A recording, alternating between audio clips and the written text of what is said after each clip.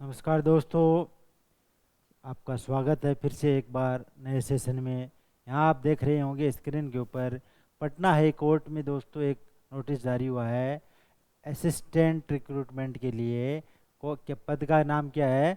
Assistant recruitment. और detail में इसकी जानकारी देखेंगे। इससे पहले मैं आपको समरी यहाँ बता रहा हूँ। इम्पोर्टेंट डेट्स की बात करते हैं अपन। जो मुख्य डेट हैं यानी कि आवेदन प्रक्रिया है, सबमिशन की ऑनलाइन प्रक्रिया आपकी ये हो जाएगी। 6 फरवरी से ऑनलाइन आवेदन प्रक्रिया शुरू हो चुकी है। इसके अलावा बात करें last date of online application की, तो आप 7 मार्च 2023 तक इसके लिए आवेदन कर सकते हो।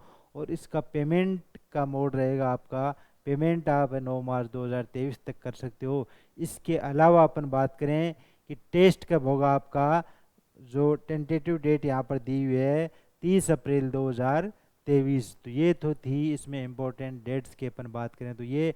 अब आगे अपन देखते हैं क्वालिफिकेशन क्या रखी गई है। एज लिमिट की बात करें तो एज लिमिट क्या रहेगी। इसके अलावा पे स्केल से रिलेटेड जो भी जानकारी है वो भी अपन देखते हैं। और किस कैटेगरी में कितने वैकेंसीज है वो भी मैं आपको यहाँ पर बताने वाला हूँ।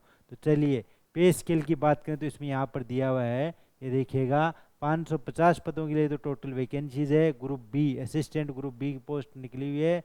और पे स्केल आपका दोस्तों रहेगा 44,900 से 1,42,400 तक ये पे स्केल इसमें दिया हुआ है। चलिए, कैटेगरी वाइज वैकेंसीज की बात करें तो ये आपके सामने एक टेबल शो हो रही है। इसमें आप देख सकते हैं एससी कैटेगरी कितने, एसटी कितने, अनरिजर्व है यानी जनरल कैटेगरी कितने वैकेंसीज है। इसके अलावा horizontally reserve post for womens, महिलाओं के लिए भी रिजर्व पोस्ट है अलग से दी हुई है, तो वो भी आप यहाँ से चेक कर सकते हैं। चलिए आगे बढ़ते हैं।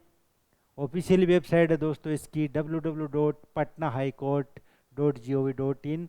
इससे आप यहाँ से कंप्लीट जानकारी देख सकते हैं, वो अपन आगे देखेंगे। चलिए आगे अपन बात करते हैं एलिजिबिलिटी क्राइटेरिया क्या रहेगा। तो ये भी 2-3 पॉइंट यहाँ पर दिए हुए हैं। सिटीजन ऑफ इंडिया, इंडिया का ही नागरिक होना चाहिए। तो ये चीज़ें तो कॉमन सी बात हैं, वो आप इसके लिए पढ़ लेना। इसके अलावा अपन देखते हैं करेक्टर्स के बारे में भी दिया हुआ है।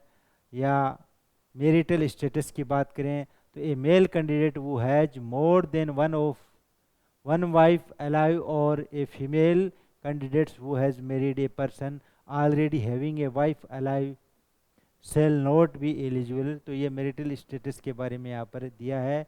फिजिकल फिटनेस की बात करें, no person shall be required unless he she good mental and physically होना चाहिए। तो ये भी आपको ध्यान रखना है, मेंटली और फिजिकली ये गुड होना चाहिए। चलिए आगे अपन बात करते हैं। इसमें दिया है एज लिमिट की बात करें तो एज लिमिट दोस्तों आपकी ये होना चाहिए, a candidate for direct recruitment to post assistant must be below age, यानी मिनिमम एज आपकी कितने होनी चाहिए, 18 साल होनी चाहिए। 1 जनवरी 2023 को आप 18 साल के हो रहे हो तो इसके लिए आवेदन कर सकते हैं। चलिए, तो कैटेगरी वाइज जो अपर एज लिमिट में छूट मिलने वाली है वो भी आप यहाँ से देख सकते हैं। देखिएगा अनरिजर्व्ड एंड ईडब्ल्यूएस की बात करें तो मैक्सिमम आप अगर 37 साल के हो तो इसके लिए आवेदन कर सकते हो। 18 से 37 साल तक रखी गई है। इसके अलावा अपन बात करें फीमेल कैंडिडेट्स हैं उनके लिए 40 साल रखी गई है। और बीसी कैंडिडेट मेल फीमेल के लिए 40 साल रखी गई है। तो ये आप एज लिमिट व क्राइटेरिया भी देख सकते हैं। चलिए, इसके अलावा अपन बात करें मिनिमम क्वालिफिकेशन, मिनिमम क्वालिफिकेशन आपके पास क्या होनी चाहिए जिससे आप असिस्टेंट पोस्ट के लिए आवेदन कर सकते हो। तो इसमें दिया पॉइंट, 2 पॉइंट दिए हैं। पहला पॉइंट है graduation in any discipline from a recognised university या इंस्टीट्यूशन। अगर आपने ग्रेजुएशन कर रखी है किसी भी इंस्टीट्यूशन या यूनिवर्सिटी से तो आप अप्लाई कर सकते हो। इसके अलावा भी एक पॉइंट और दिया है, डिप्लोमा या certificate for of at least 6 month course in the computer application. तो आपके पास एक क्वालिफिकेशन और होनी चाहिए ग्रेजुएशन के साथ में, कम से कम 6 माह का कंप्यूटर कोर्स का डिप्लोमा आपने किया है तो इसके लिए आप पात्र माने जाओगे। चलिए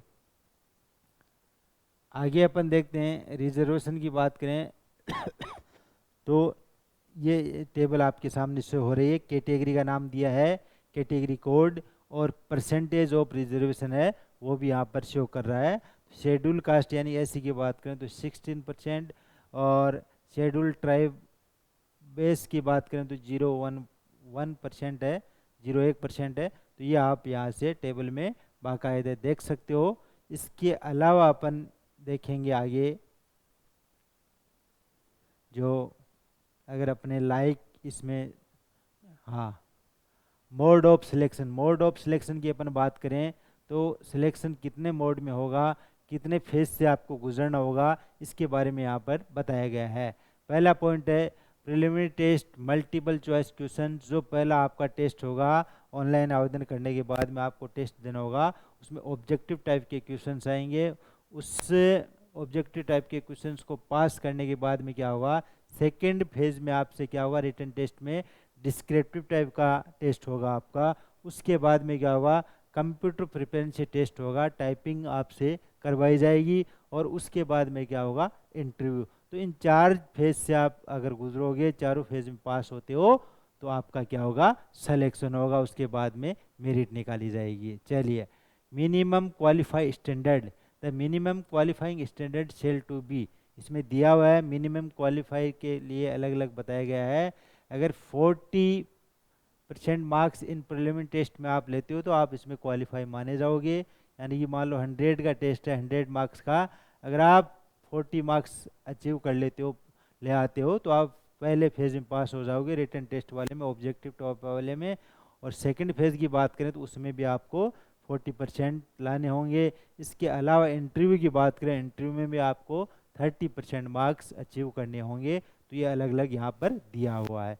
चलिए आगे अपन बात करते हैं। ऑनलाइन आवेदन आपने कर दिया हो, तैयारी में लग जाओ, और तैयारी में लग रहे हो तो आपको क्या करना है, पहले सिलेबस देखना होगा। एग्जामिनेशन फ़ी वगैरह भी यहाँ पर दी हुई है, वो भी आप चेक कर सकते हो। सिलेबस की बात करें तो ये आप नीचे कॉलम दिया होगा, उसमें अपन चेक कर लेंगे। एप्लीकेशन फ़ी की बात करते हैं। फ़ी दोस्तों आपकी ये रहेगी, अनरिजर्व BC EBC EWS जो कैंडिडेट हैं उनको 1200 रुपये पे करने होंगे। कितने, 1200 रुपये शुल्क के रूप में देने होंगे।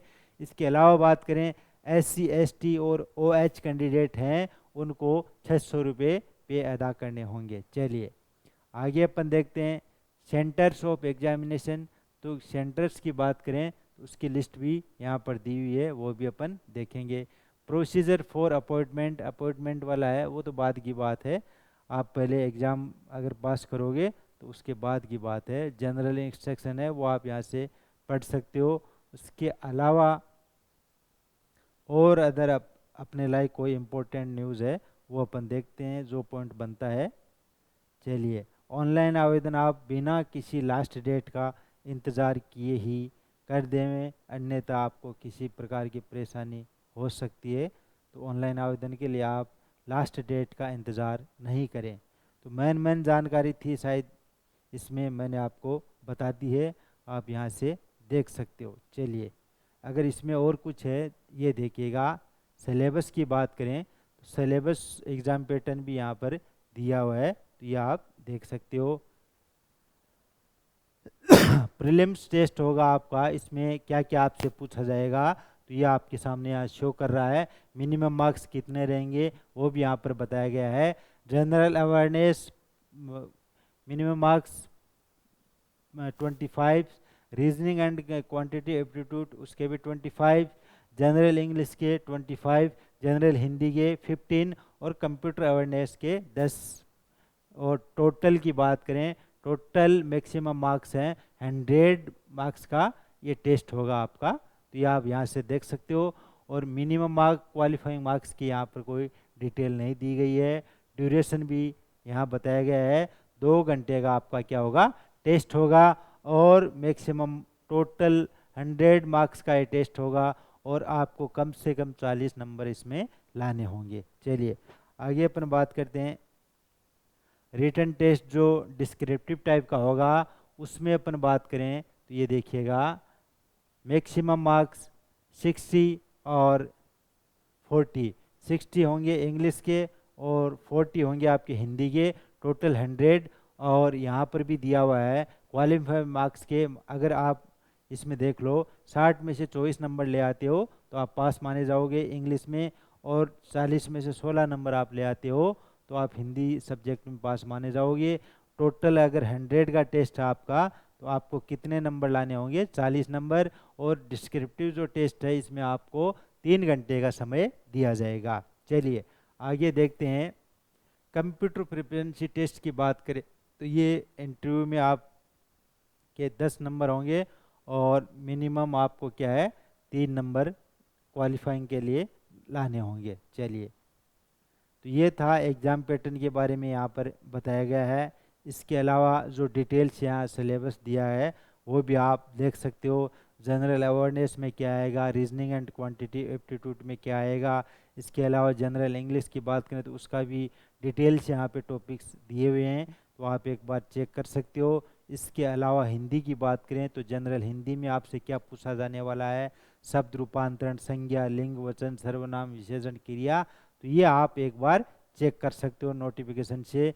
इसके अलावा रिटन टेस्ट होगा आपका, रिटन टेस्ट की जानकारी भी यहाँ पर दी हुई है। तो ये जो मोटा मोटी जानकारी थी मैंने आपको यहाँ पर दी है। जनरल हिंदी इंग्लिश जो डिस्क्रिप्टिव टेस्ट होने वाला है उसमें भी आपसे क्या पूछा जाएगा, तो ये टॉपिक्स यहाँ पर दिए हुए हैं, ये नोटिफिकेशन से आप चेक कर लीजिएगा। इसके अलावा जो कंप्यूटर प्रोficiency टेस्ट होगा उसमें भी वर्ड्स के बारे में भी दिया हुआ है, word processing test and speed test, MS Excel में आपसे टेस्ट ये लिया जाएगा। उसके बाद में आपका इंटरव्यू का प्रोसेस होगा।